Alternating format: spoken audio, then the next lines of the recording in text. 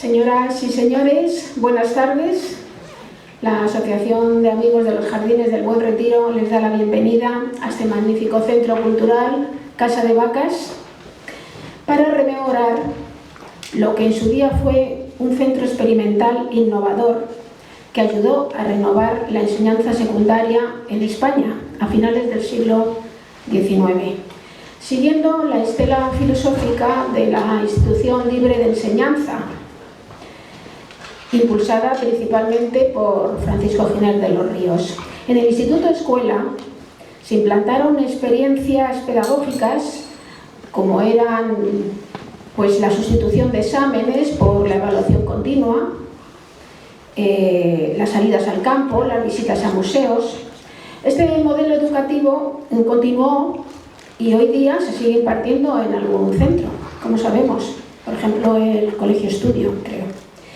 Pero sin duda las personas que mejor conocen el alma del Instituto Escuela, hoy Instituto Isabel la Católica, son las tres magníficas mujeres que hoy nos acompañan, como son doña Encarnación Martínez Alfaro, es profesora del Instituto Isabel la Católica. Ella hizo un gran trabajo durante muchos años ordenando documentos y difundiendo la biblioteca histórica. Un trabajo exhaustivo y que, bueno, tiene sus resultados, ¿no? Doña Carmen Masip Hidalgo es profesora también del Instituto Isabel la Católica, que nos puede ilustrar con detalle como especialista de las enseñanzas científicas y los laboratorios dedicados al instituto. Y doña Aurora Rodríguez Villa es hija de doña Aurora Villa, que fue gran deportista, polifacética en el deporte y gran oftalmóloga, que fue alumna del Instituto Escuela, y su hija nos podrá relatar también las vivencias que tuvo su madre en dicho centro. Entonces, ya sin más, yo les cedo la palabra y en primer lugar va a hablar doña Encarna Martínez Alfaro. Adelante, gracias. Hola, buenas tardes. Muchas gracias por la presentación. Gracias a la Asociación de Amigos de los Jardines del Buen Retiro por habernos invitado a dar esta charla, y a todos vosotros por vuestra asistencia, porque es un mérito extraordinario con la tarde que hace estar aquí. Nosotros os vamos a hablar de este semillero de talento de las mujeres, que se refiere a las alumnas y profesoras que se formaron en el Instituto Escuela. Bueno, pues, a ver, espera, hacia arriba. Vale. Voy a hablar un poquito primeramente del contexto histórico en el que surge el Instituto Escuela en el primer tercio del siglo XX. Es una época de cambios y progreso, la segunda revolución industrial, cuando llegan la electricidad y el petróleo, crecen las ciudades, el alumbrado, los tranvías, los automóviles, y de cambios sociales, con una burguesía y un proletariado que se consolidan en las ciudades. Pero también en España es una época de regeneracionismo tras la crisis del 98. En 1898, tras la derrota de Cuba ante Estados Unidos, España se da cuenta del atraso técnico y científico que tiene, y entonces se propone regenerarse para recuperar en fin, el progreso y ponerse a la altura de las naciones más importantes. Esto pasaba por el impulso económico y educativo, que resume la frase de Joaquín Costa, despensa y escuela. Es una época, por tanto, de gran impulso a la educación. Y finalmente es la época del sufragismo. Es la época en la que las mujeres luchan activamente por conseguir sus derechos, el derecho al sufragio, por supuesto el derecho al voto, pero también los restantes derechos en igualdad con los hombres. Y para estas mujeres españolas, 1910 es una fecha clave, porque es en ese año cuando consiguen, mediante dos reales órdenes, primero acceder oficialmente a los estudios no universitarios, a los estudios no obligatorios, perdón, es decir, al bachillerato y a la universidad. Y luego pueden acceder también a las profesiones de la gestión pública. Se incorporan a la educación y se incorporan al mundo laboral. La Junta para Ampliación de Estudios e Investigaciones Científicas, nacida en 1907, va a jugar un papel fundamental en el regeneracionismo y en la promoción de las mujeres. Para impulsar el progreso científico y cultural de España, la Junta para Ampliación de Estudios daba una serie de becas a los estudiosos españoles para que pudieran completar su formación en los centros más avanzados de Europa y Estados Unidos, y luego después creó aquí unas instituciones similares donde esas personas pudieran hacer ciencia y cultura. Así nacieron el Instituto Nacional de Ciencias Físico-Naturales, que agrupaba laboratorios de medicina, física y química y matemáticas, y el Centro de Estudios Históricos, que profundizó en el estudio de las humanidades y de las ciencias sociales, dirigido por Ramón Menéndez Pidal. Pero también, preocupada por la educación, la Junta para Ampliación de Estudios creó la Residencia de Estudiantes, la Residencia de Señoritas y el Instituto Escuela. En todas sus instituciones la presencia de las mujeres fue fundamental, como vamos a ver ahora. Bueno, sobre todo, una de las instituciones más importantes para la promoción de las mujeres fue la Residencia de Señoritas.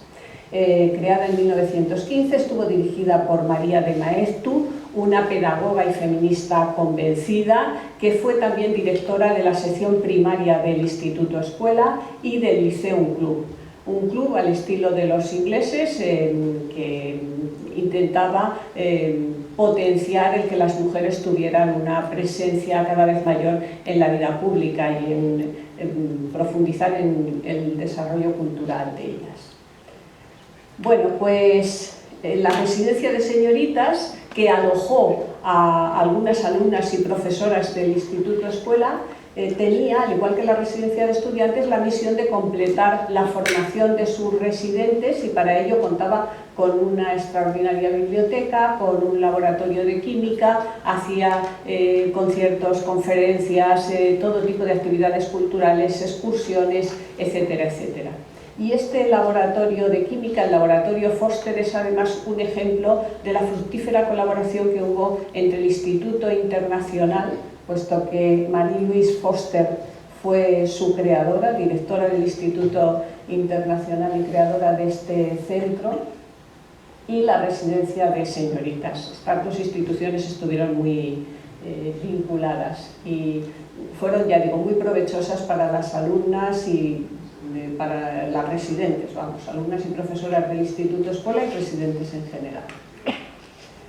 Bien, y finalmente la Junta creó también en 1918 el Instituto Escuela, con dos objetivos: reformar y modernizar la enseñanza secundaria española y formar al profesorado que debía extender luego ese nuevo modelo por el resto de los institutos de enseñanza secundaria.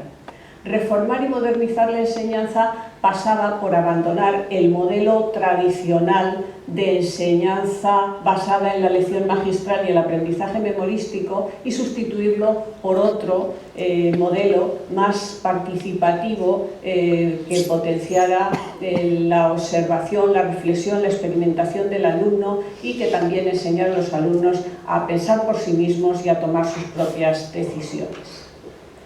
Bueno, pues uno de los elementos que nos hablan de la modernidad de esta institución, del Instituto Escuela, fue la cantidad de alumnas que estudiaron en él, con un porcentaje en torno al 40-45% según los años con respecto a los alumnos. Si vemos aquí los números, en el curso 1920-21, 10 años después de que las mujeres pudieran estudiar libremente sin trabas el bachillerato, en los institutos españoles suponían un 9,7% del alumnado, mientras que en el Instituto Escuela eran el 44,3%. Y 10 años después, en el curso 30-31, eran el 14,6% frente al 41,8% ese año del Instituto Escuela. Al final de la República, cuando las mujeres habían conseguido la igualdad de derechos y se había progresado mucho en la educación femenina, pues llegaron al 30% en los institutos españoles, en el resto de los institutos, pero no consiguieron las cifras del Instituto Escuela. ¿Por qué se dio este fenómeno? Pues sobre todo por las familias de talante liberal y progresista que decidieron que llevaban a sus hijos y a sus hijas sin hacer distinciones al Instituto Escuela. Y también porque el propio centro, pues allí había figuras como María de Maeztu, inspiradora pedagógica y directora de la preparatoria, y ya hemos visto que impulsora de la igualdad, y en esto coincidía con el criterio del resto de la Junta. Así que estas chicas que estudiaron allí el bachillerato, pues luego después fueron a la universidad y resultaron ser pioneras en muchas de las profesiones que desempeñaron. Voy a poner algunos ejemplos. Matilde Ucelain Maortua fue la primera mujer arquitecta, fue la primera mujer arquitecta de España, y aquí la tenemos en medio de sus compañeros de promoción en 1936. Era hija de un abogado y de Pura Maortua, que era amiga de Federico García Lorca y responsable de las actividades teatrales del Liceum Club. En 1936 fue ya miembro de la Junta de Gobierno del Colegio Oficial de Arquitectos de Madrid y estuvo casada con un alumno del Instituto Escuela, con José Ruiz Castillo, que fue abogado y dirigió la editorial Biblioteca Nueva que había fundado su padre. Después de la guerra fue depurada e inhabilitada por auxiliar a la rebelión, así en abstracto, y por eso no recibió nunca encargos públicos, y además estuvo inhabilitada para encargos privados durante 5 años, de tal manera que hasta 1946 no pudo utilizar el título que había conseguido 10 años antes. Se dedicó fundamentalmente a hacer proyectos privados, casas, viviendas de calidad, como la Casa Oswald, que fue la que la dio a conocer, y tuvo una trayectoria muy significativa, de tal manera que en 2004 le dieron el Premio Nacional de Arquitectura, y todavía en 2006, 2 años antes de su muerte, participó en la Bienal de Arquitectura de Venecia. Carmen Bravo Villasante Arenas vio interrumpidos sus estudios de Filosofía y Letras por la Guerra Civil, los terminó luego, y después terminó su doctorado después de haber tenido 4 hijos. Fue una mujer que, sin embargo, pudo compaginar la labor de madre con la de estudiosa de la literatura, y se dedicó a la biografía, la historia de la literatura, la crítica, la traducción y, sobre todo, la literatura infantil, en la que fue pionera. Aquí tenemos el libro. También fue especialista en Galdós. No tuvo relación directa con la universidad, trabajó de profesora de literatura en el Middlebury Institute y en el Smith College de Madrid, y después de los 60 en el Instituto de Cultura Hispánica. Pero desarrolló una labor especialmente fructífera, por la que recibió el Premio Aedos de Biografía en el 56, el Premio Nacional de Traducción Fray Luis de León en el 75 y el Nacional de Investigación en Literatura Infantil en el 80. Además, fue candidata a la Real Academia de la Lengua y vicepresidenta del Ateneo. Sofía Martín Gamero y González Posada era nieta de Adolfo Posada, uno de los impulsores de la Institución Libre de Enseñanza, y hermana de Adolfo Martín Gamero, que fue un importante diplomático español en esta época. Fue una de las primeras mujeres catedráticas de filología inglesa en la Universidad de Madrid y además especialista en Clarín. Además dio clase en programas de universidades norteamericanas que se hacían en Madrid, de la New York University y la Syracuse University, y de cursos para profesores de español que organizaba el Instituto de Cultura Hispánica. Como su abuelo era muy amigo de Clarín, le había regalado un manuscrito de cuando era joven, que estaba inédito, y fue Sofía Martín Gamero la que se encargó de publicarlo, este texto de Juan Ruiz, elaborando el prólogo, las notas y los comentarios. Carmen de Zulueta era hija de Luis de Zulueta, el encargado de formar en pedagogía a los profesores aspirantes del Instituto Escuela. Era sobrina del genetista Antonio de Zulueta por parte de padre, y por parte de madre era sobrina de Julián Besteiro, el político socialista español. Se tuvo que exiliar con su familia cuando estalló la guerra, y como se fueron a Colombia, allí terminó sus estudios universitarios que no había concluido. Después obtuvo una beca para realizar un máster y doctorarse en filología románica en el Radcliffe College, que era la sección femenina de la Universidad de Harvard.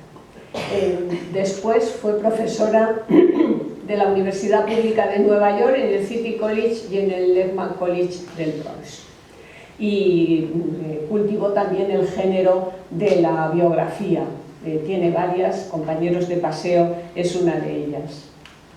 Y también exiliada tenemos a María Casares Pérez, hija de Santiago Casares Quiroga, del presidente de la Segunda República Española durante el periodo del Frente Popular, que también se tuvo que marchar con su familia al exilio. En 1936 se trasladaron a Francia. Allí terminó sus estudios y estudió interpretación en el Conservatorio de París. Fue una gran actriz, en Francia estuvo consideradísima, fue primera actriz de la Comédie Française y del Teatro Nacional Popular, y tuvo diversos reconocimientos: el Premio Molière a la mejor actriz de teatro, el Premio Nacional de Teatro en Francia, y en España la Medalla al Mérito de las Bellas Artes.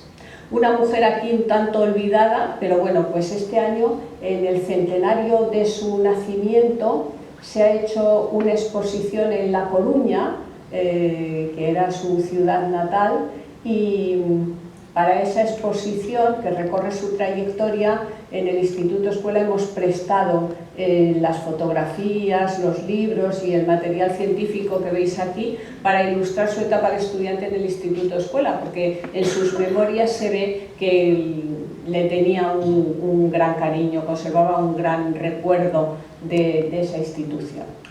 Y ahora vamos a hablar un poco más pormenorizadamente de Aurora Villa, de una alumna de la que vamos a conocer su trayectoria vital y profesional gracias al testimonio de su hija.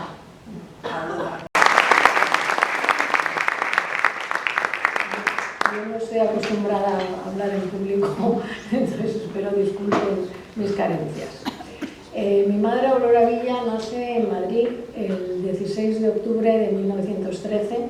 En realidad nace el 15, pero su padre se despistó y la apuntó el 16. Pero en una familia de marcado ambiente musical. Su padre Luis y su tío Ricardo. Justo aquí detrás está la plaza del maestro Villa, a quien le rindo un pequeño homenaje por la labor que hizo por la música en la ciudad de Madrid. Hija única, ya digo, su padre la lleva a un colegio de monjas cerca de casa, y la niña es que a los 6 años no sabía nada, no sabía leer, no sabía escribir, ni los números, ni las letras, nada. Y Luis, su padre, la lleva al Instituto Escuela, donde le hacen una prueba de admisión. No sabe contestar a nada, absolutamente a nada, no sé, la admiten. Entonces el Instituto Escuela desde el principio desarrolló en mi madre la curiosidad por aprender. ella tenía un potencial muy grande y rápidamente se pone al nivel de los demás. También potenciaban las características de cada alumno, ¿no? Entonces, en ese sentido, pues se empieza a hacer deporte de una forma natural en el colegio y lo empieza a hacer fuera también, ¿no? Con otras compañeras. Entonces, la vida de ellas era pues que en invierno esquiaban, en verano nadaban, entre medias hacían atletismo y luego también hizo baloncesto, hockey y balonmano, piragüismo, montañismo, en fin, todo lo que se presentaba, pero nunca entrenó nada. Ella quería correr, pues bajaba a correr y así. O sea, en una entrevista que le hacen en el periódico As, en el año 1980, dice: nunca me atrajo batir récords, el deporte así enfocado es como una esclavitud. En los años 30, meterte en bañador en una piscina era exponerte a que te quitaran la piel a críticas. Después de la guerra, el atletismo fue prohibido, se consideraba que no era femenino. Entonces, pues ella, desde luego, nunca se sintió feminista, porque como lo hacía de forma natural, pues no le daba importancia, pero tenía un potencial muy grande, porque con 19 años va al segundo campeonato de España de atletismo y en Barcelona, con una subvención del Ayuntamiento de Madrid, van en avión con el equipo masculino de Decathlon y allí eran el equipo de Castilla, eran 3 alumnas del Instituto Escuela, Aurora, Margot y Lucinda Moles, y les faltaba una persona para hacer el equipo, porque tenían que ser 4 y cogieron a una vecina delgadita y se la llevaron a Barcelona. Entonces hacía falta 2 atletas por prueba y mi madre participó en todas las pruebas, fue la única que hizo todas las pruebas, o sea, hizo como un decano. Entonces, de esas pruebas, fue campeona de España en 3, en jabalina, altura y 600 metros. El récord de jabalina duró hasta el año 60 y tantos y fue segundo puesto en otras 3, o sea, y 19 años que tenía nada más. Entonces, pues en esos años, en 1932, bueno, también fue profesora de Juegos y Deportes en el Instituto Escuela, que eso no fue solo alumna, fue también profesora en los Altos del Hipódromo. Entonces, pues un grupo de montañeros y de deportistas decidieron crear un club de natación, que también ella fue campeona de natación y le ganó 2 veces la Laguna de Peñalara. Entonces, no había canoas en España y deciden encargarlas a Canadá, las compran y llegan unas cajas enormes y ponía canoe en inglés, que se escribe canoe. Y dijeron, pues vamos a llamar Canoe a nuestro club. Y en 1932 fundan el Canoe Natación Club. Una anécdota también en cuanto a cómo se vestían las atletas del Instituto Escuela. No había ropa deportiva para las mujeres, entonces mi madre cogió una tela y se cosió unos pantalones, cosían muy bien, se hizo unos pantalones negros con unas cuerdecitas detrás y una camiseta de canalé de caballero, y así pues corrían y saltaban y lanzaban la jabalina. Fueron a un partido de baloncesto a Lisboa, que hubo un encuentro entre España y Portugal de distintos deportes, pero yo tengo una foto en que se ve a las atletas españolas que juegan a baloncesto con esta indumentaria y a las portuguesas iban con una boina así de lado, una blusa por aquí y unas faldas hasta casi los pies. Y entonces mi madre me comentó, es que eran muy brutas, porque en cuanto que nos veían con la pelota, cogían, nos empujaban, cogían la pelota y salían corriendo. Esto era la anécdota en cuanto a la vestimenta deportiva. Bueno, entonces ella decide estudiar medicina y su padre le dice que fuera maestra, porque quiso ser artista, pero dijo, no, la música es una esclavitud y déjalo, mejor no. Entonces dice, hazte maestra que tiene muchas vacaciones. Y dice, no, yo quiero ser médico. Bueno, pues si eres médico, no, hazte enfermera y ayudas a un médico. Era la mentalidad de la época, aunque su padre era muy liberal. Y entonces dice, no, yo quiero ser médico. Y se inscribe en medicina, deja un poco el deporte, porque claro, le requería mucho esfuerzo. Le pilla la guerra, la pasa en Madrid con grandes penurias, y cuando termina la guerra, algunos exámenes que había hecho en la época de la República no los dieron por válidos, los tuvo que repetir, y le quedaban 2 cursos. Entonces decidí hacer 2 cursos de medicina en uno. Y los hizo. Se matriculó de 2 cursos enteros y los hizo en uno, sacando varias matrículas de honor. En una de estas, bueno, acabaron con ella 3 médicos más, 3 mujeres, y fueron 4. Y en una de estas clases, el catedrático de patología médica, Enrique de Salamanca, el comentario que hizo al llegar al aula y ver a mi madre y llena de todos alumnos, dijo: las mujeres deberían de estar en casa zurciendo calcetines. O sea, la mentalidad era esta. Y luego le dio matrícula de honor y de hecho estuvo en su cátedra. Y hizo unos dibujos para esta asignatura que se los quisieron quedar en la Facultad de Medicina, porque si una cosa fomentó el Instituto Escuela fue el trabajo manual y el arte de pintar en acuarela. Y hacía unos dibujos en el colegio, luego veremos alguno, que luego le sirvieron para pintar en acuarela un tejido que vamos, era muy difícil de pintar. Entonces, eso por un lado. Luego también pues hacían como trabajo manual, pues marquetería, ¿no? Que luego lo veremos. Y fueron repujados. Esta es una cartera con sus iniciales y todo esto requería un material que todavía tengo y unos dibujos preliminares. Bueno, pues luego todo esto le dio la destreza de cuando ya fue médico y tuvo que hacer intervenciones quirúrgicas, la destreza manual también. Entonces, cuando terminó la carrera de medicina en España, pues no había trabajo y hay unas oposiciones para médico del protectorado español en Marruecos y decide presentarse. Luego me comentó que jamás hubiera hecho otras oposiciones porque fueron dificilísimas. Saca el número 3 y la mandan lo antes posible a Alcázar-Quibir. Ella en Alcázar-Quibir montó un servicio de atención a mujeres y niños. Y allí pues los marroquíes estaban encantados con mi madre porque solo dejaban que una mujer médico viera a sus mujeres, a un hombre no lo hubieran dejado. Y bueno, allí vivió una vida, me decía, yo podía haber desaparecido en cualquier esquina y me trataron divinamente y le quedó mucho esta experiencia allí. Y luego después pasó a Tánger. Y cuando ya pasaron 2 años tenía la posibilidad de pedir una excedencia y con un puesto ya en la península, un puesto fijo. Y sus compañeros lo hicieron, les dieron la excedencia y ella fue al alto comisario militar allí y decir: yo pido la excedencia, usted no. ¿Cómo que yo no? No, porque no hay ninguna otra mujer que la sustituya a usted, usted se tiene que quedar. Dice: pues ¿sabe lo que le digo yo a usted? Porque siempre dijo lo que pensaba, que aquí se quedan ustedes. Y cogió y se fue y perdió todos los derechos. Llega a la península, se casa y va a vivir a Pontevedra. Y entonces pues, pone un letrero abajo que pone A. Villa Oculista. Que si hubiera puesto Aurora, nadie hubiera subido. Entonces A podía ser Alberto, Antonio, Villa. Y entonces la gente subía. Y mi madre, embarazada ya de mi hermano, que lleva 5 años mayor que yo, entonces pues ya no se atrevían a bajar y ahí se quedaban.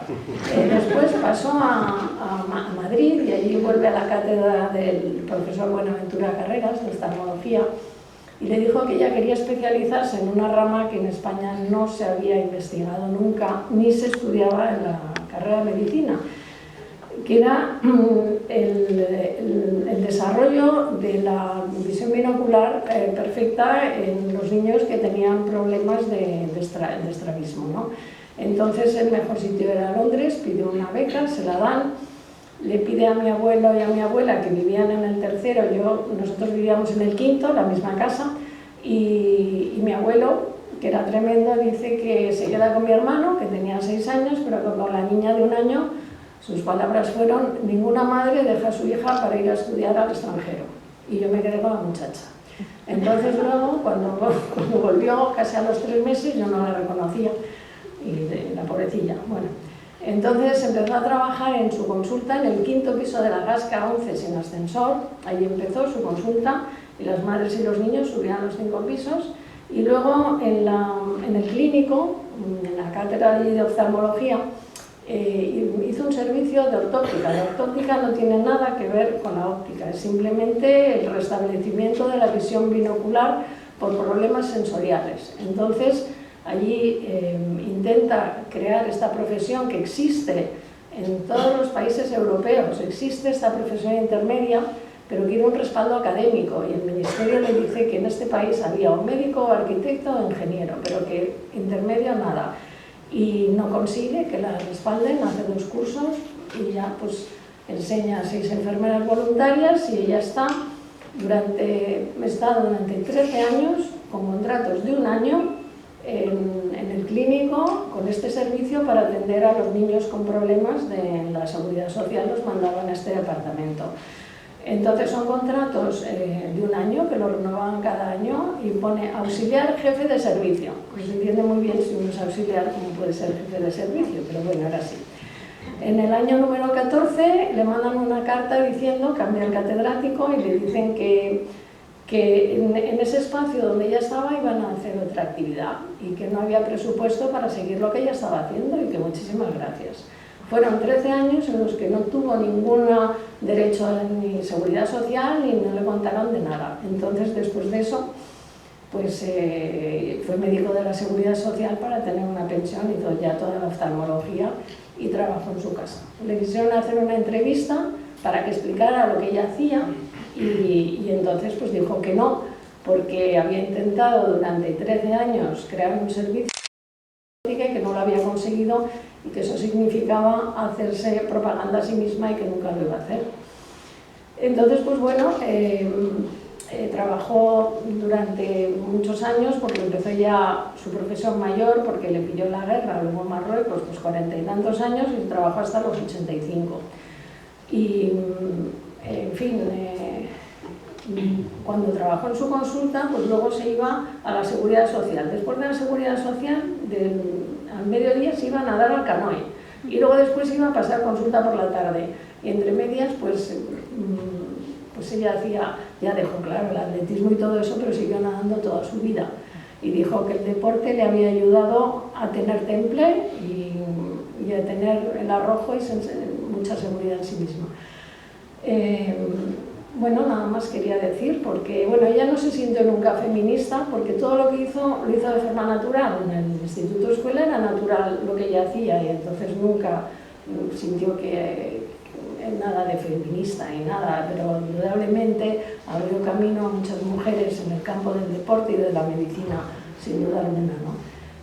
Nada más, dijo siempre lo que pensaba, no fue religiosa de ningún tipo, y fue una persona honrada y honesta.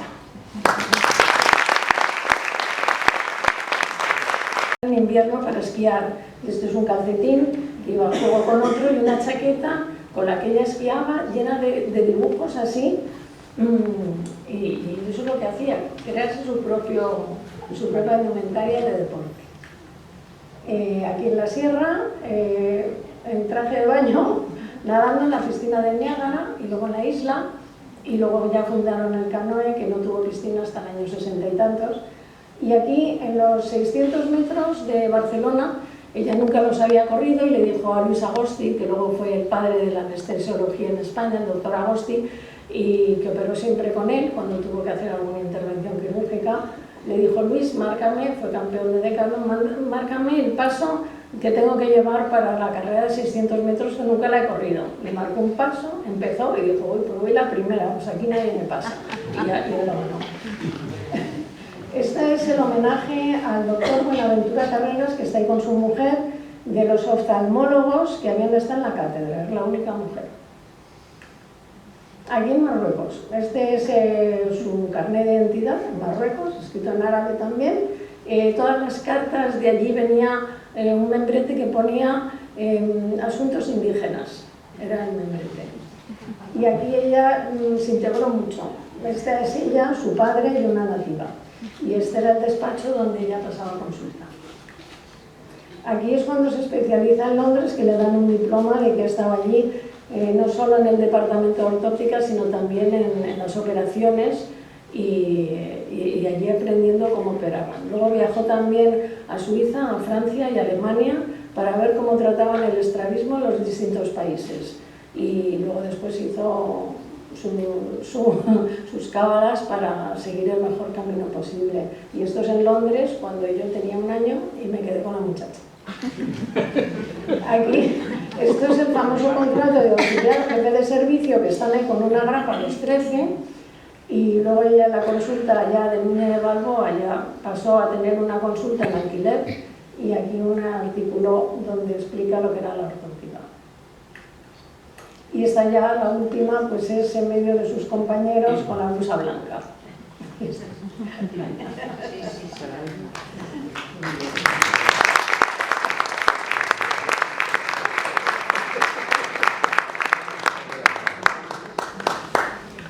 Bueno, pues vamos a hablar ahora de Maripaz García del Valle porque nos va a servir para hacer la transición entre las alumnas y las profesoras que se formaron en el Instituto Escuela.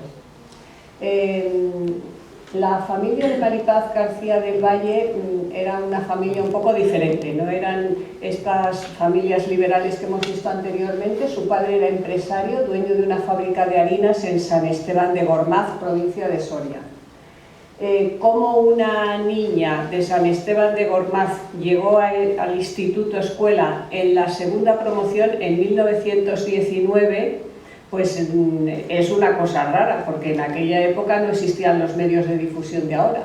Pero bueno, parece ser que fue su madre, maestra, que había estudiado en Zaragoza y conocía los nuevos métodos pedagógicos, la que estuvo muy interesada en que todos sus hijos estudiaran en el Instituto Escuela, empezando por su hija mayor Maripaz, siguiendo por Elena y luego después por los varones. Cuando llegó a Madrid, claro, tuvo que estar interna y vivió en la residencia de señoritas. La residencia de señoritas tenía un grupo reducido de chicas y completaban la formación del centro, pero no solamente la formación intelectual, sino la formación física y cultural, que ya tenían en el Instituto Escuela, pero aquí tenían también como un plus. Y este objetivo de la residencia y del Instituto Escuela coincide con las ideas de su madre, que en una carta que le escribe le dice, la insta a estudiar y aprovechar el tiempo, pero sobre todo a que te conserves sana y robusta, lo que requiere mucho ejercicio y sol y aire. Es decir, que el tema del ejercicio físico estaba directamente relacionado con la salud, con el higienismo y estaba en la época, como también acaba de comentar Aurora. Y le insiste su madre en que trabaje de firme, pero se divierta cuando llega la hora. Dice, a mí eso de que vayáis a comer a la Moncloa y a ver cuándo de interesante hay para vosotros, me encanta. O sea que estas eran las ideas de su madre. Maripaz cursó el bachillerato en el Instituto Escuela entre 1919 y 1925, un centro experimental con una metodología, ya hemos comentado, muy diferente, pero con un alto nivel de exigencia. Y Maripaz también, escribiéndole a su madre, dice, aunque aquí no examinan con tribunal, lo hace cada profesor, así que tengo que andar lista y estudiar. Este verano pienso hacerlo, pues al venir examinan igual que al marcharnos. Las calificaciones de Maripaz fueron progresando muy positivamente y terminó el bachillerato con muy buenas calificaciones, aunque al principio la verdad es que le costó un poquito el cambio de método. Cuando terminó el bachillerato se matriculó en la Facultad de Ciencias, en la sección de Químicas de la Universidad Central, y dejó la residencia para compartir un piso con sus hermanos que estaban también en Madrid estudiando en el Instituto Escuela. Pero no dejó de estar vinculada con la residencia de señoritas y con el Instituto Escuela y asistía a todas las conferencias y celebraciones que hacían estos centros y a las que ella podía asistir. En 1929, en el último año que estaba estudiando en la facultad, ella hizo una especie de Erasmus, que diríamos hoy. Es decir, que se marchó a Alemania de julio a diciembre de 1929 para estudiar el idioma y trabajar en una fábrica. Aprovechando que su hermano Isaac estaba en el Instituto Escuela y hacía un intercambio, pues a ella le facilitó el Instituto Escuela una familia para que pudiera irse también unos meses a Alemania, y una chica alemana vino a San Esteban de Gormaz con su familia.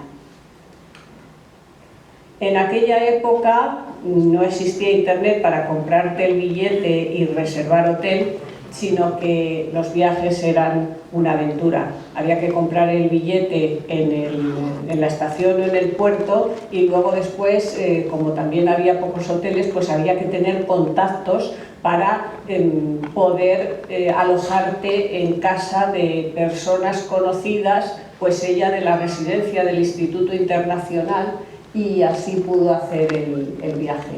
Primeramente tuvo que ir de Vigo a Madrid, de Madrid a Vigo, después cogió un barco para Bremen, que tardó 4 días por la niebla que había en el Canal de la Mancha. De Bremen fue en tren a Hamburgo y de Hamburgo en tren también a la localidad de Neumünster, donde estuvo unos meses con la familia y luego, después de dominar el idioma, se trasladó a Brunswick, que es el punto este rojo, para trabajar en la fábrica MIAG de construcción de molinos. Su padre tenía una fábrica de harina, entonces su padre fue quien le proporcionó en este caso los contactos. Y como era una chica curiosa, en diciembre de 1929 vuelve para no perder el último curso, le daba miedo quedarse más, pero de vuelta visita todavía la Exposición Internacional de Barcelona que se celebró ese año. Y cuando terminó la carrera, la contrataron como profesora aspirante en el Instituto Escuela. Hemos dicho que el Instituto Escuela tenía 2 objetivos, uno la reforma de la enseñanza y el segundo la formación del profesorado, los llamados profesores aspirantes al magisterio secundario. Estos profesores tenían una formación muy esmerada, una formación pedagógica teórica que les proporcionaba fundamentalmente Luis de Zulueta, del que ya hemos hablado, el padre de Carmen de Zulueta, y práctica con los catedráticos del Instituto Escuela de la especialidad correspondiente. Luego tenían formación académica complementaria en las instituciones científicas de la Junta y además tenían que estudiar 2 idiomas modernos, entre el francés, el inglés y el alemán, para luego acceder a publicaciones en esos idiomas o tener también la posibilidad de acceder a pensiones de la Junta para ampliación de estudios. La proporción de profesoras aspirantes con respecto a los profesores fue de más de 1/3, 94 profesoras de 258 profesores en total. Es decir, que aquí también se ve cómo la Junta promociona a la mujer a la hora de contratar a los aspirantes. Bueno, pues como profesora aspirante se forma bajo la supervisión del catedrático Andrés León Maroto de Física y Química, con Luis de Zulueta, que ya he comentado, y en el 31 acompañó a Alemania en un intercambio al profesor Oswald Hans, aprovechando sus conocimientos previos de alemán. Ella daría clase en alguno de estos laboratorios. Aquí tenemos un espectroscopio. Ella se especializó en los multipletes, porque en el mismo año en que empezó en el Instituto Escuela, pues se incorporó también al Instituto Nacional de Física y Química para trabajar en la sección de espectroscopia con Miguel Catalán. El equipo de Miguel Catalán tenía 8 becarios y colaboradores, 3 de ellos mujeres, y también tenía profesores extranjeros como el portugués Antunes o el argentino Gaviola. Es decir que esos laboratorios eran visitados no solamente por jóvenes españoles y profesionales españoles que querían estudiar, sino también por otros profesionales de fuera. Y continuó con sus estudios de idiomas, ahora el inglés, con su intensa vida cultural, y en junio de 1932 consigue una beca del Radcliffe College, que era la sección femenina de la Universidad de Harvard, que gestionó la Junta para Ampliación de Estudios, y ella tenía como contacto en Estados Unidos a Louis Sweeney. del Instituto Internacional, a quien había conocido en la residencia de señoritas, porque tenía que tener un contacto para poder residir en Estados Unidos. Viajó en barco hasta Estados Unidos, en una travesía que tardó 8 días, y antes de ir al Radcliffe, pues decidió pasar el verano en un campamento juvenil, en el Aloha Camp, para aprender bien el inglés y aprovechar mejor su estancia en los laboratorios del Radcliffe. Allí trabajó en el departamento de física, siguió con el estudio de los multipletes que había iniciado en España, después se pasó a estudiar la electricidad y el magnetismo, y lo que le asombraba más era el enorme desconocimiento que tenían los americanos de todo lo español. Le escandalizaba que no conocieran el anuario de la Sociedad Española de Física y Química, y que solamente les interesara a los americanos el rey y los toros. Por lo que dice que cuando le presentaban a alguien, ella se presentaba como una acérrima republicana para que no le preguntasen por el rey. Cuando volvió en 1934, pues se volvió a reincorporar al Instituto Nacional de Física y Química. Entre sus planes estaba el hacer oposiciones a cátedra de instituto o volverse otra vez a Estados Unidos, pero todo eso quedó frustrado por la guerra civil, y después de la guerra se casó y se dedicó a criar a sus 7 hijos. Cosa que también estaba muy dentro de lo que era la época, porque en el franquismo se volvió a la desigualdad legal de hombres y mujeres, y el papel de la mujer fundamental era ser ama de casa. Así que ella terminó aquí. Pero hay otras profesoras aspirantes que sí que tienen una vida profesional muy amplia, y ahora Carmen nos va a hablar de las de ciencias naturales. Gracias a todos, bueno, felicitaciones porque vamos un poco mal de tiempo, pero sí quería agradecerles con este día que hayan venido aquí, y por supuesto a la Asociación de Amigos del Jardín del Buen Retiro, que soy socia, pero que felicito a Javier y a todos por todo el trabajo que están haciendo de recuperación de este gran patrimonio, de haber conseguido que la UNESCO reconozca a toda esta zona del paisaje de la luz. Bueno, yo como fui profesora de ciencias, pues voy a hablar de algunas profesoras de ciencias del Instituto Escuela. He escogido unos perfiles pues muy distintos. La primera de todas que voy a hablar es de Luz Trinidad Gutiérrez Aracida. Ella, fíjense ustedes en la fecha, nace en 1907 y se muere en 1963. Es decir, tenía tan solo 26 años. Bueno, ella estudió bachillerato en el Instituto San Isidro y empieza la carrera. Y claro, es de Ciencias Naturales. Lógicamente se hace de la Real Sociedad de Historia Natural. Pero además, como había dicho mi compañera, las excursiones al campo de la Institución Libre de Enseñanza que se fomentaba pues para explicar la flora, fauna. Y en aquel momento, pues ella se va a hacer de la Real Sociedad Española de Alpinismo, sección de Peñalara. Y estas excursiones al campo, todo eso se dijo también, iban a ser transmitidas y es un signo de identidad del Instituto Escuela. Y aquí la ven, es la que está ahí señalada en rojo, es Luz Trinidad, en la Pedriza con un grupo de científicos y amigos. Pero quiero que se fijen en el segundo que está al lado de ella con la pajarita, ¿no? Es Juan Gil Collado, que veremos, ahora les hablaré, iba a ser un entomólogo y van a mantener unas investigaciones entomológicas muy fuertes y expediciones con Luz Trinidad. Ella va a asistir, bueno, va a ser profesora aspirante en el Instituto Escuela, y quiero que se fijen en las fechas, 1927-28, y de repente se interrumpe y luego 1930-32. Ella asiste, bueno, la Junta de Ampliación de Estudios, como dijo mi compañera, pues quería que se formasen en todas las ramas y que tuviesen las últimas actualizaciones científicas. Ella va a hacer los cursos, lo van a hacer también las otras que he hablado, de biología animal. Y entonces ella se enamora, se entusiasma con la entomología. Va a hacer cursos también para dar clases de mineralogía, de geología en el Museo de Ciencias y va a realizar trabajos de criptogamia en el Botánico. Esta formación tan amplia que quería la Junta de Ampliación de Estudios para los Profesores.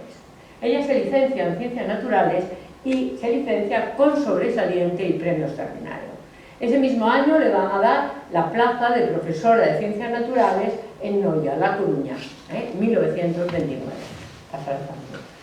Aquí voy a hablar porque 1930 fue muy importante para ella y para otras mujeres.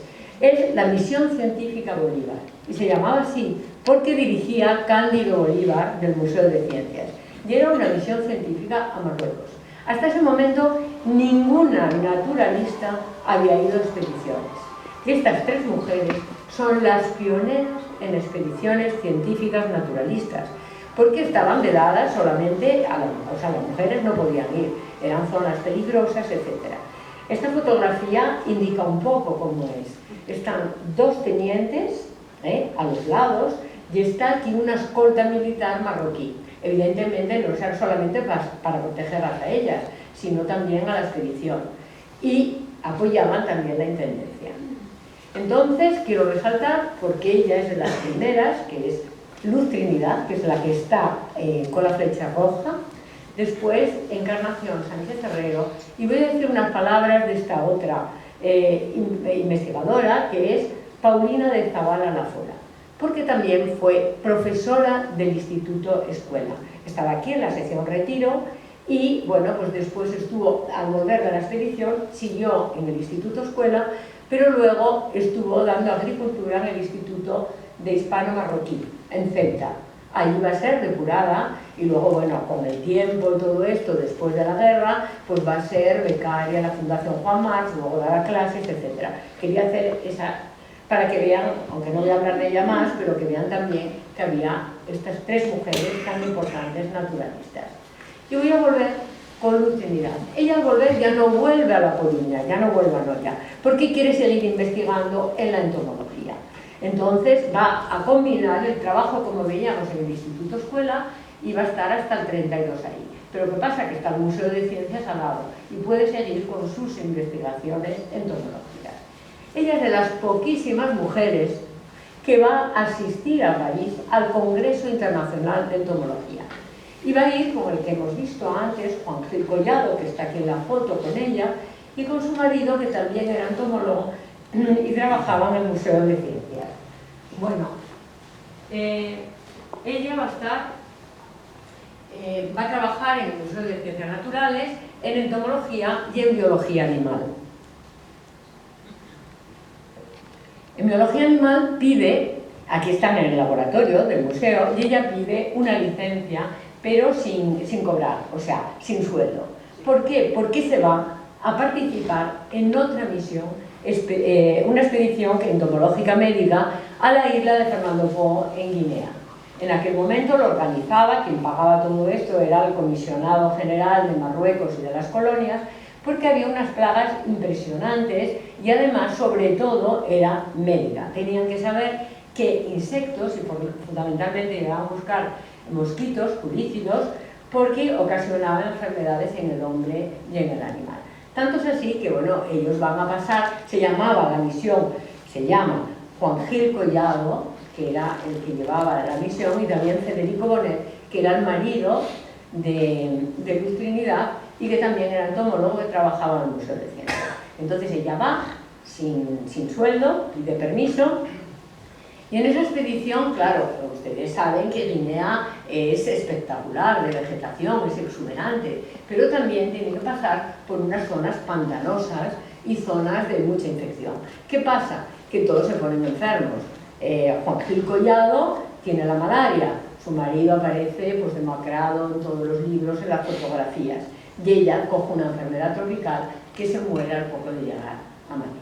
La misión ha sido muy importante y recoge muchísimos insectos y sobre todo muchísimos pulícidos, mosquitos, y hay 30 especies distintas, muchas de ellas, unas producen la malaria, otras enfermedades, y a ella le dedican una de las 3 especies que eran desconocidas en este momento, Aedes, Estogomia, Trinidad, debido a todo el trabajo que hizo ella en la expedición. Bueno, ahora voy a hablar de otra mujer. Es todo lo contrario. Elena Paunero, como ven, vive 103 años. Va a ser científica del CSIC en el botánico. Pongo aquí destacada botánica, micóloga y agnostóloga. Es decir, primero va a investigar en mohos y después en gramíneas. También fue alumna del Instituto San Isidro con matrícula de honor.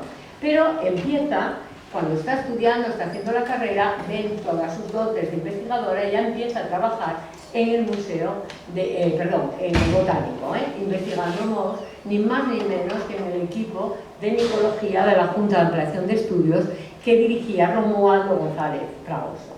Ella es profesora aspirante en el Instituto Escuela y evidentemente, como interesada en las ciencias naturales, va a ser socia de la Real Sociedad y durante la carrera pues hace también los cursos esos que hemos hablado antes de la Junta de Ampliación.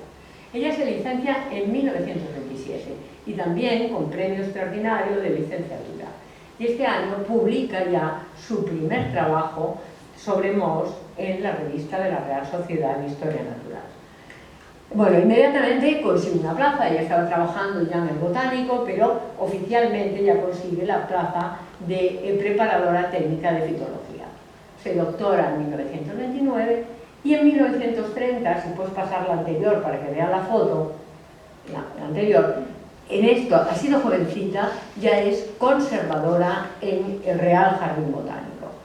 Llega la guerra y entonces hay que salvar el tesoro artístico y ella es de las que inventaría, ustedes conocerán, las láminas de la expedición de Nueva Granada de Mutis, ¿no? Entonces ella con otros compañeros hacen el inventario para su traslado a Valencia. Después de la guerra, bueno, una cosa, estas láminas son las que envía y que se conservan en la Isabel la Católica, envía el Jardín Botánico a petición de Cajal al Instituto Escuela. ¿Pasa? Y la siguiente es del cuaderno del herbario escolar que también envía al Museo de Ciencias. Y he puesto esta de gramíneas porque ella a partir de este momento se dedica a las gramíneas. Se va a dedicar a investigar en taxonomía. Tanto es así que el herbario hace una sección especial, un laboratorio de agrostología de la que ella va a ser jefa. Ella domina muchos idiomas, el español, francés, inglés y alemán. Todo esto le va a permitir por relaciones internacionales impresionantes. En el 49 va a ser pensionada por el CSIC a los botánicos y va a ser en la FEI de Rabat. En 1950 va como representante al Congreso Internacional de Botánica en Estocolmo y más tarde irá al de París. Ella sigue estudiando todos los botánicos de Europa, como si fuese, va pensionada en Inglaterra y estudia todos los herbarios del Kew Garden y del British Museum, etc. Y como no, el importantísimo Jardin des Plantes de París, que está ya trabajando en el laboratorio de Fanerolles. Pero hay un momento que deciden que hay que inventariar también los herbarios de Isern, que pongo aquí, que es el botánico que se murió también con enfermedad tropical en la expedición de la Comisión Científica del Pacífico en la época de Isabel II, y ella es la encargada de esos herbarios. Al final llega a ser jefa de la sección de herbarios del botánico. Bueno, recibe la consideración, en aquel momento se llamaba investigador científico, ahora será investigadora científica del Jardín Botánico. Además, los anales, publica muchísimo los anales, desde el 46 al 75. Ella, a lo largo de su vida, tiene varias especies dedicadas. Va a ser nombrada vicedirectora del Instituto Cabanilles y se jubila en el botánico con 50 años prácticamente de dedicación al botánico. Y ahora voy a hablar, que voy a romper un poco los esquemas, pero creo que también hay que hablar de estas mujeres, y es de Encarnación Fullola Miret. Ella nace en 1907 y 1982. Bueno, nace en Huesca y se muere en el exilio en Ciudad de México.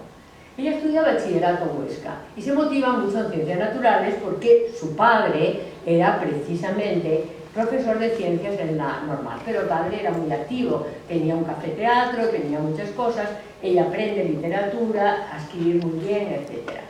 Ella va a estudiar simultáneamente magisterio en Barcelona y ciencias naturales. pero la termina en Madrid. Entonces, cuando viene a Madrid, reside en la residencia de estudiantes que había hablado Encarna, y lógicamente ella se hace socia de los alumnos de la residencia de estudiantes. Como era muy intelectual, bueno, pues se afilia al Ateneo y en la Real Sociedad de Historia Natural. Pero la he cogido, que rompe los esquemas de los otros, pero también para saber que, bueno, aquí está antes, ¿no? Es profesora del Instituto Escuela Madrid desde el 28 al 34. Y el 33-34 está en la sección Retiro, que son los laboratorios que se han recuperado de la Junta de Ampliación de Estudios, son los primeros laboratorios donde el alumno hace las prácticas individualmente. Aprueba 2 oposiciones, a la vez de Magisterio y Correos, y ella va a compaginar este cargo de funcionaria de Correos con el de maestra. Le dan la plaza de maestra en la Escuela de Serrada de la Fuente y luego en el exilio veremos que también va a seguir siendo docente de alumnos mexicanos. Pasamos a la siguiente, pero la he seleccionado, y ya digo, rompo los esquemas, porque es una mujer con un gran compromiso político, antifascista y feminista. Ella se afilia, cuando está en el Instituto Escuela, al Partido Comunista en 1930, más tarde a CNT, y será la tesorera en 1934. Ella se presenta por el PC en 1931 a las Cortes y luego en Zaragoza, pero no es elegida en el 33. Tiene tal actividad política que es detenida en muchas ocasiones por llevar una bandera, el 1 de mayo, y luego en el 34 un movimiento internacional muy importante y la liberan rápidamente. Ella forma parte del Socorro Rojo Internacional, que era como una especie, saben ustedes, de Cruz Roja, pero era del Comité de Mujeres contra la Guerra y el Fascismo. Y les cuento un poco para contextualizar, ¿no?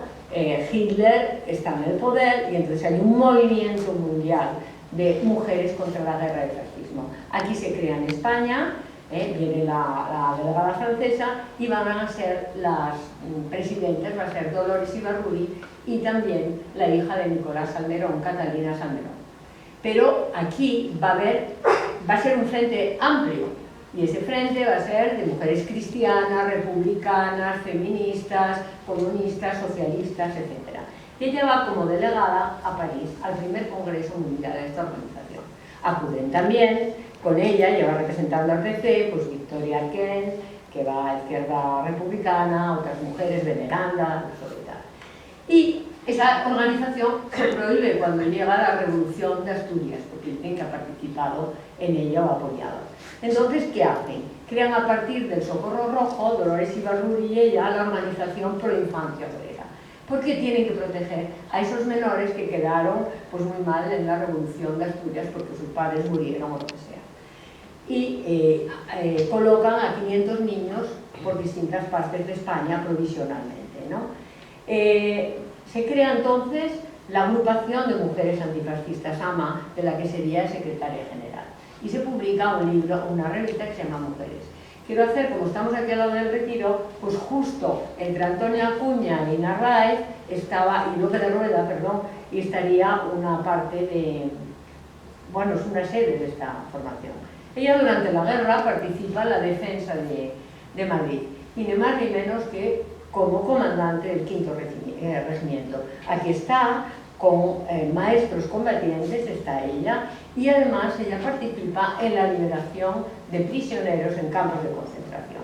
Como llevaba mucho lo de la infancia, formó parte de la Junta de Protección de Menores, y por otra parte su carácter intelectual hace que escriba distintas revistas. En 1933, junto con otras compañeras, junto con otras mujeres, hace la revista Compañeras.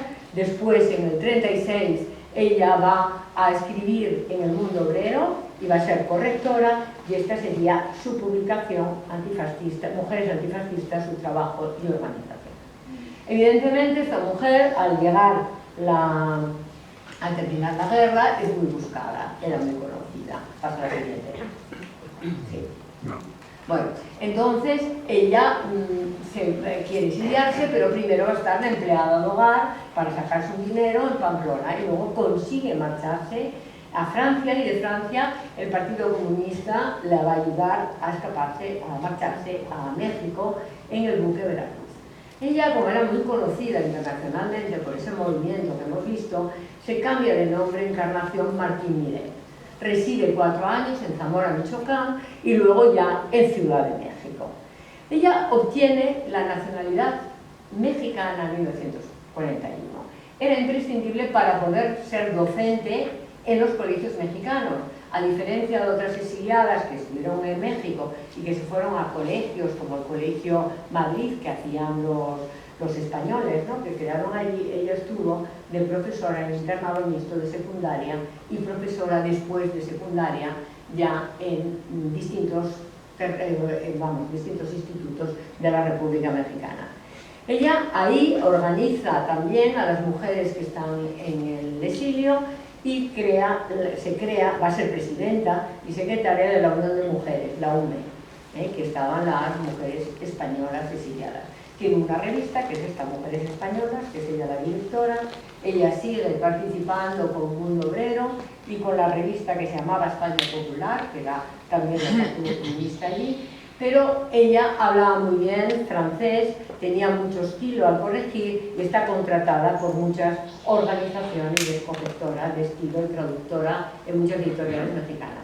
Y yo nada más dejo a mi compañera otra vez que siga.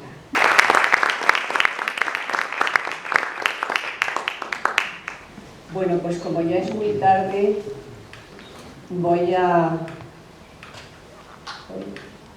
¿Qué pasa aquí?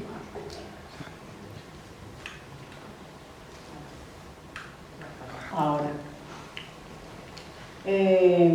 Realmente es que hay muchas mujeres interesantes, tanto alumnas como profesoras, entonces es difícil no decir algo de cada una de ellas.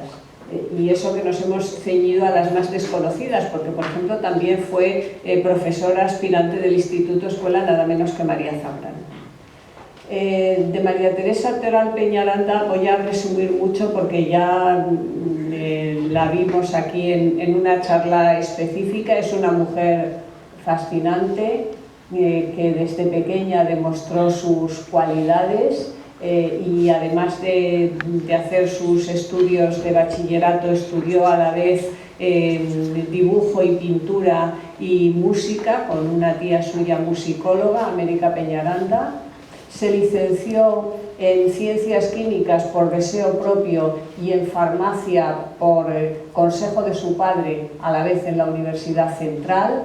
Entre el 33 y el 37 hizo su tesis doctoral sobre determinación de pesos atómicos y en el 33-34 empezó a trabajar como profesora aspirante en el Instituto Escuela.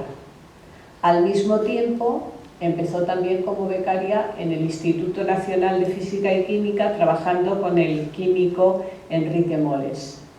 Y en 1936, para completar sus estudios, pues obtuvo una pensión para ir a Londres que no pudo disfrutar por el estallido de la Guerra Civil. Es decir, hizo la formación característica de los profesores aspirantes en el Instituto Escuela, en el Instituto Nacional de Física y Química, y tuvo su pensión correspondiente. En estos años ya hacía publicaciones en los anales de la Sociedad Española de Física y Química, pero también en revistas francesa, inglesa y alemana, porque dominó 5 idiomas: francés, inglés, alemán, italiano y después ruso. Durante la guerra se distinguió en la defensa de la República y después de la guerra pues sufrió la represión. La acusaron de haber colaborado pues enseñando a los soldados a fabricar bombas caseras, y fue condenada en 2 ocasiones. Estuvo en la cárcel de Ventas primero y luego cumpliendo condena en las cárceles de Ávila y de Segovia. Y al salir de la cárcel tiene que vivir haciendo traducciones en el Centro de Documentación del Instituto de Soldadura, y finalmente, gracias a Enrique Moles, al químico con el que se había formado, pudo conseguir un trabajo de química en los laboratorios de antibióticos reunidos de Aranjuez. Aquí, pretextando la asistencia a un congreso de química en Nueva York, consigue marcharse de España en 1956. Bueno, y este grabado que tenemos aquí, que ella hizo en el 65, de este espacio opresivo, con estos elementos fantasmagóricos de las cabezas colgadas, de los murciélagos, de los espectros fantasmales que aparecen, pues nos puede dar una idea de la sensación de opresión que vivió en esta época difícil, desde que terminó la guerra hasta que se pudo exiliar a México. Cuando llegó a México, en principio estuvo trabajando en el Instituto Politécnico Nacional gracias a la ayuda de Francisco Giral, que había sido compañero suyo en la Facultad de Químicas y era hijo del político José Giral. Ya se habían asentado antes en México y pudieron ayudar a los recién llegados. Pero como ese trabajo en el Instituto Politécnico no le parecía a María Teresa suficientemente creativo, decidió aprender grabado y dedicarse también a él. Aprendió grabado y bueno, a partir de 1963 llega la época de plenitud de María Teresa Toral en México. Primeramente porque consigue que la contraten en la Universidad Nacional Autónoma de México y entonces bueno, pues va a ser su plenitud como docente, tanto profesora de química inorgánica en la Facultad de Química como de físico-química para biólogos y para la Escuela de Ingenieros Metalúrgicos. También se puede dedicar a la investigación, que completa viajando primero a Marsella para estudiar físico-química de las superficies y después a Israel para estudiar el cultivo hidropónico, que es el cultivo sin agua. Y en esta época realiza también sus publicaciones científicas más importantes. La fundamental la publica en el 73, Físico-química de superficies y sistemas dispersos, donde pues, integró conocimientos de distintas ramas, biología, bioquímica, medicina, etc. Pero es que además triunfó como artista grabadora en la misma época, desde el 63 hasta el 78, y prueba de ello son las 23 exposiciones colectivas y 24 individuales que realizó en galerías y museos de México, Estados Unidos, Israel y España. En España concretamente dos, en la Sala EDAF 1974 y en la Sala Restauro en 1978. Y prueba también de su éxito son los museos donde tiene obra María Teresa Toral. En México, Nueva York, Detroit, en Morelia, Texas, la República Checa, Ámsterdam, Israel. Es decir, que es toda una artista y realmente es que hace unos grabados preciosos. Son grabados sobre cobre fundamentalmente. Este recuerda de alguna manera a Paul Klee. Sus temas fueron los juegos de niños, pero también la poesía, el cine, el mundo onírico, y va pasando de lo figurativo esquemático a lo más abstracto. Estos, por ejemplo, están inspirados pues, en la poesía. Son unos grabados magníficos. Y bueno, pues María Teresa en 1978 se va a dedicar también a terminar las composiciones musicales de su marido cuando fallece, porque estaba casada con un músico, con Lan Adomian. Es decir, fue una mujer extraordinariamente polifacética, valiente, luchadora y que triunfó pues eso, como química y como artista también. Carmen Martínez Sancho fue profesora aspirante de matemáticas entre 1922 y 1927 en el Instituto Escuela. En 1923 ingresó ya en la Sociedad Matemática Española y en el Seminario Laboratorio Matemático y trabajó con José María Plans, su director de tesis, que fue quien introdujo la teoría de la relatividad en España, y con José Gabriel Álvarez Zude, que fue el que dirigió el Laboratorio Seminario Matemático cuando Julio Rey Pastor se trasladó a Buenos Aires. En 1927 fue la primera mujer doctora en matemáticas de España. Ese mismo año fue vocal de la Junta Directiva de la Sociedad Matemática Española y al año siguiente miembro del comité de redacción de la revista Matemática Hispanoamericana, que era el órgano de difusión del laboratorio matemático, y ese mismo año fue también la primera mujer catedrática de matemáticas de secundaria en España. Fue pionera en los dos campos. Se le dieron plaza en el Instituto de Ferrol y en 1929 se trasladó al Instituto Infanta Beatriz de Madrid. El Instituto Infanta Beatriz de Madrid fue uno de los dos primeros institutos femeninos que hubo en España. El de Madrid se llamaba Infanta Beatriz y el de Barcelona Infanta Cristina. Y esto se debió a la gran cantidad de mujeres que querían estudiar, y como en la época esta, que era la dictadura de Primo de Rivera en el 29, pues no existía la coeducación, se crearon dos institutos femeninos en las ciudades donde más demanda había. Entre 1931 y 1932 fue pensionada a Alemania y en Berlín estudió la geometría multidimensional y nuevos métodos pedagógicos. Muchas veces las becas que concedía la Junta combinaban los estudios científicos con los estudios pedagógicos, y quienes se iban aprovechaban para visitar laboratorios, pero para visitar también centros pedagógicos que pudieran luego después servirles profesionalmente en la docencia. A su vuelta, en 1932, se incorporó al recién creado Instituto Escuela de Sevilla y fue directora de la residencia que tuvo este Instituto Escuela junto con su marido Alberto Meléndez.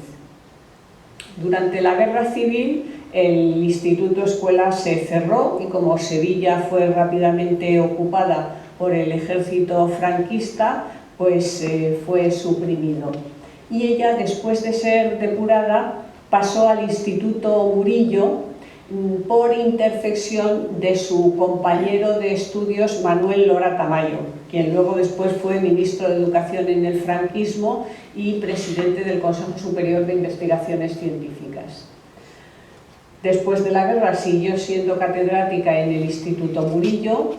Durante un tiempo, en los años 50, fue también profesora de matemáticas, profesora adjunta de matemáticas de la Universidad de Sevilla por oposición, y después continuó en el Instituto Murillo hasta que se jubiló en el 74.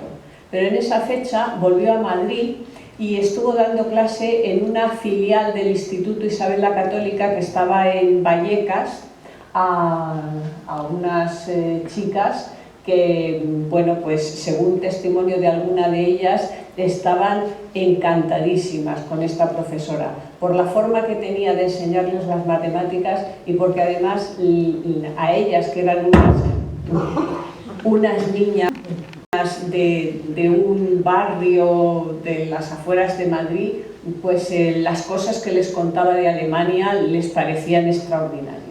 Fue una gran docente. Y finalmente Pilar Lago Couceiro fue profesora aspirante del Instituto Escuela en el curso 1929-30 y en 1925 en la Facultad de Filosofía y Letras conoció a Rafael Lapesa, el filólogo, catedrático y académico español. Colaboró en el Centro de Estudios Históricos en Filología, junto con Lapesa también, en la sección que dirigía Menéndez Pidal, y en 1928 estuvo en París como lectora de español en la Escuela Normal Superior de Fontenay-aux-Bois.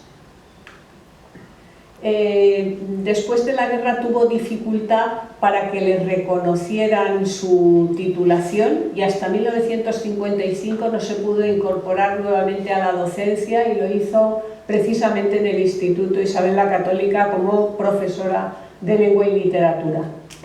En los años 50 también refundó la Asociación de Mujeres Universitarias, que ya había estado vigente durante la Segunda República, se había creado en esa fecha, pero luego con el franquismo desapareció. Y bueno, pues era una asociación de inspiración institucionista que trataba de promover la promoción de las mujeres a través de la cultura. Y de cómo era esta profesora nos habla una antigua alumna suya, Julia Sequí Navarro, en esta revista de participación educativa, y nos dice lo siguiente: en las humanidades destacaba Pilar Lago Couceiro, profesora de lengua y literatura que con gran seriedad nos enseñaba lo pertinente a enriquecer el lenguaje escrito y oral. Nos enseñaba a escribir relatos ficticios o personales e incluso nos animaba a hacer poesía. Siempre corregía y estimulaba, jamás desanimaba.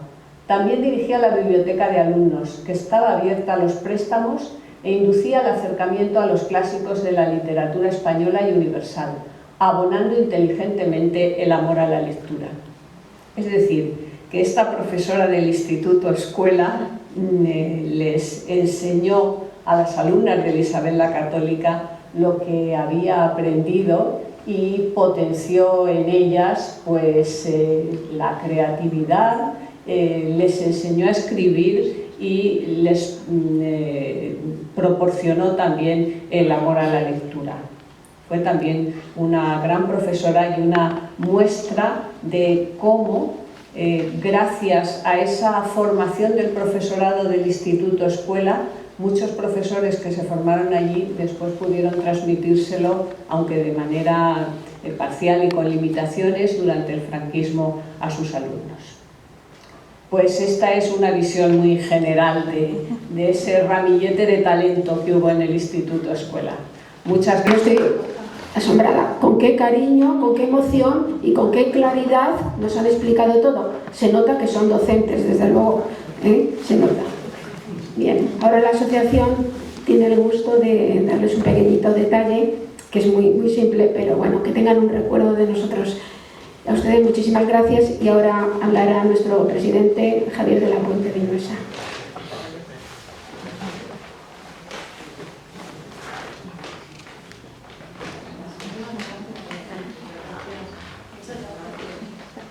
Gracias a vosotros. Bueno, pues muchas gracias, Encarnación, Aurora y Carmen. Como has dicho, Carmen, la Asociación de Amigos de los Reyes del Retiro, que venimos trabajando para que los valores que tiene el Retiro sigan estando ahí. Valores, pues estos históricos, científicos, medioambientales, ya los conocéis todos. Desde el principio nos dimos cuenta de una cosa, de que aquí había muchos monumentos a hombres famosos, hombres, de 50 aproximadamente que hay, no hay ni uno solo de mujer. ¿Ya lo sabéis? Algunos me dicen, hombre, si esta es la reina. Bueno, hemos logrado que en la Junta Municipal Retiro se haya aprobado de que se ponga un monumento a una mujer. Hemos escogido a María Moliner por distintas presiones. La biblioteca quería que fuese María Moliner, nos daba igual. Lo primero es empezar y ya se irá ampliando. También se aprobó en el Consejo Cívico Social del Patrimonio de la Luz, allí se dijo que sí. El director general de Cultura ha prometido que en el 2023 estará esa estatua, ya veremos. Pero bueno, eso es lo que hacemos. Entonces, Carlos, ¿tenías por ahí unas diapositivas? Carlos, sí. ¿Tenías ahí unas diapositivas? Ah, que ya están ahí.